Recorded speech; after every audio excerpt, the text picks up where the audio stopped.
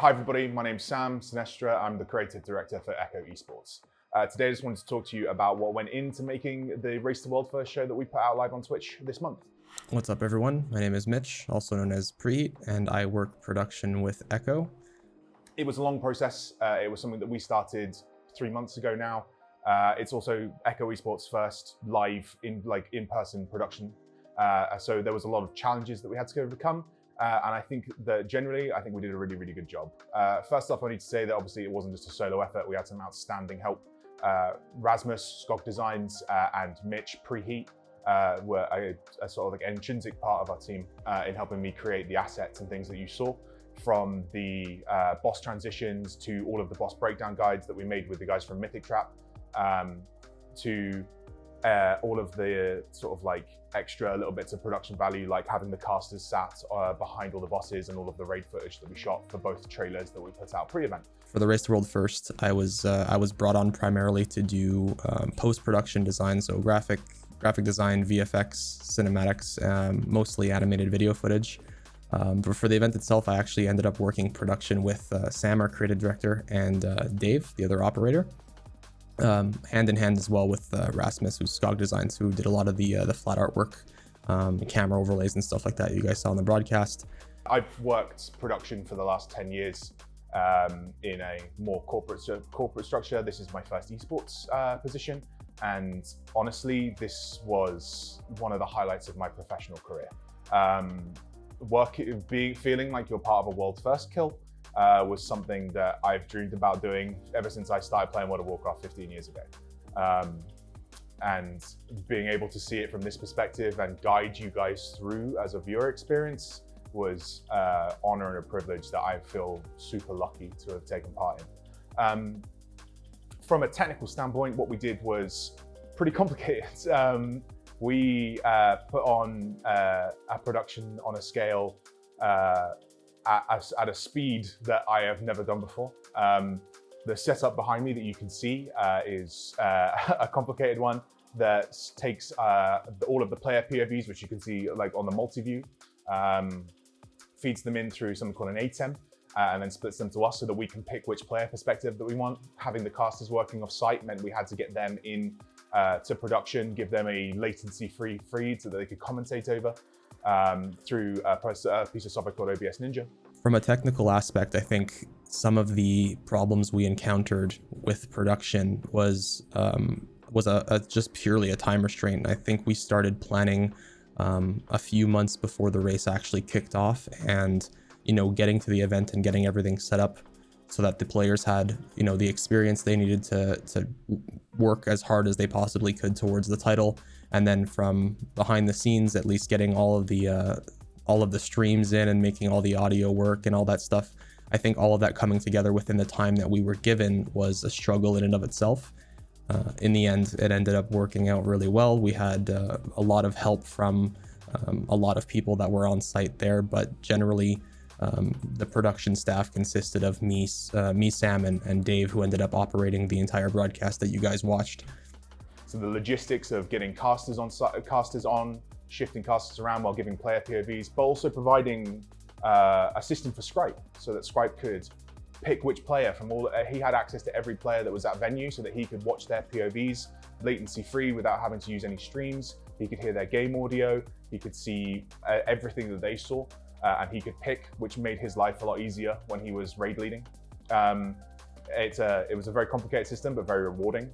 We couldn't have done it like both myself, Preheat, Mitch, and Dave, who was our third operator, handled all of the show. So whenever you were hearing the casters talk about production, it was one of us on the desk behind the scenes. And it was, the first couple of days were interesting because there's a lot of stream decks behind me and it was a lot of buttons and a lot of things to get used to. We built quite a complicated show.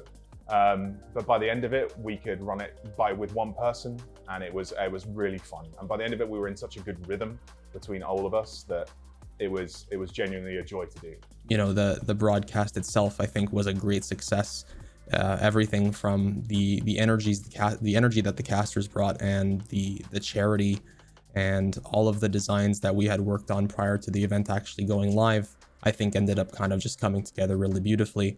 And given some more time for the next race, I think it'll be even better. But I'm honestly really proud and honored that I could have been part of this production. Some of my highlights from the production were Paintsmith. I think Paintsmith was such a good fight to watch. I think visually the players' movement and positioning and stacking, how we were able to sort of like show that off was really interesting. All of the charity stuff as well was outstanding. I think we did a really good job reacting to what you guys wanted to see on screen. The casters making so many sacrifices, like Grant shaving his head, Apollos covering himself in chocolate milk, Steak Loins and Kexman losing their eyebrows was outstanding. I think you guys all loved that as much as we loved that, and us sort of like making that content on the fly with you was outstanding. And it's something that I really look forward to doing again. But I think my main big highlight was the actual world first kill. We really wanted, I know the good boys streamed with comms last time on their personal streamings, but we really wanted to include it into the mainstream this time, so that if you were watching a commentated stream, we could also drop in the voice comms so you could see how the boys were feeling and see like how those calls were going and what the atmosphere was like in the raid team. And we made a call that when Sylvanas was going to die, we were going to do the phase 3 on comms, and we really wanted that to be a thing. We really wanted you to be there with the guys as they killed the boss. And me and Preheat were on the desk at that point, and we live edited the kill video with music. We used the Echo Anthem, which is a track that's now on Spotify that you guys can listen to, that was made for us by some outstanding DJs. And we live mixed that with music to the kill video, and I think that's probably one of the things that I'm most proudest. I'm the proudest of. It was genuinely an amazing moment, and I'll never forget that. Some of the highlights for me, at least from the race, besides seeing how much support the charity got with all of the casters, you know, losing their hair and doing crazy things just to help raise money for an awesome charity like RAD, was really inspiring to see. And I think besides the support that the charity got, I think the moment that stands out for me was actually just being a part of the entire event, and more specifically being there for when the players finally got their world first title.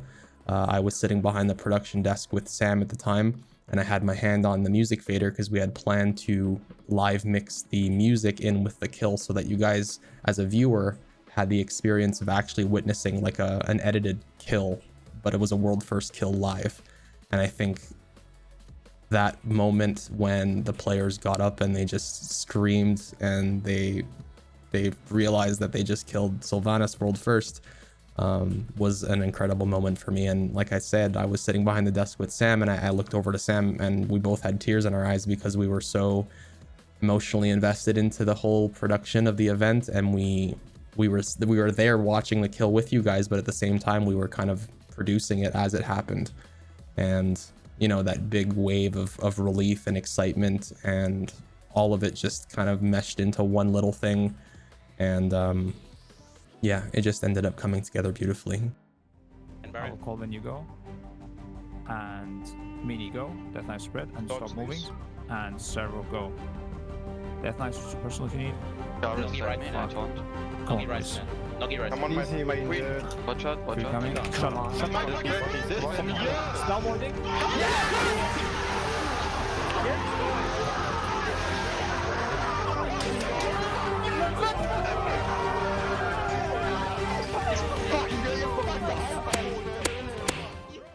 But yeah, the whole production, I think, was, if I'm gonna summarize anything as being a highlight, I think it's just being there working with everyone in person. I think when you're online and you're, you know, playing video games, or you're doing stuff for your own channel, or you're just kind of like enjoying your alone time, I think there's often a very large disconnect between having that personal interaction with people. And I think being there in that space with the players and everyone that worked behind the scenes was an awesome experience. And I kind of wish that everyone got to feel what that's like, because everyone in that room, everyone in that venue at Erupt, we all had, it was like a well-oiled machine. Like, we all worked towards the same goal. I think everyone had, you know, their roles that they were assigned to do. And I think everyone invested so much energy into what they were doing that it ended up just being, you know, as good as it possibly could be. And like I said, given more time, I think it would be even better. But I'm so proud of everyone that worked on this entire event, and I don't think there could have been a better outcome. It was an incredible experience. So I think I speak for everyone at Echo on behalf of all of us that we are honored and humbled that you guys showed so much support, and that you guys, well, at least we hope that you guys enjoyed the broadcast and the production. But yeah, thank you guys very much for all of the support, and it really does mean the world to us. So we're excited for the next one, and yeah, that's it. On a production scale, this has been rapid and fluid the entire way through. It's been stressful. I haven't slept a lot, but I do it again in a heartbeat, and I absolutely can't wait for the next one. If you guys have any more questions about production, feel free to hit us up on all the channels. We can answer anything you want to know. But I want to thank you all so much for engaging in the Race to World First. For everybody that just came and watched the stream, for everybody that donated to the charity, to RAD, you can still do that. The links are still under the Twitch channel.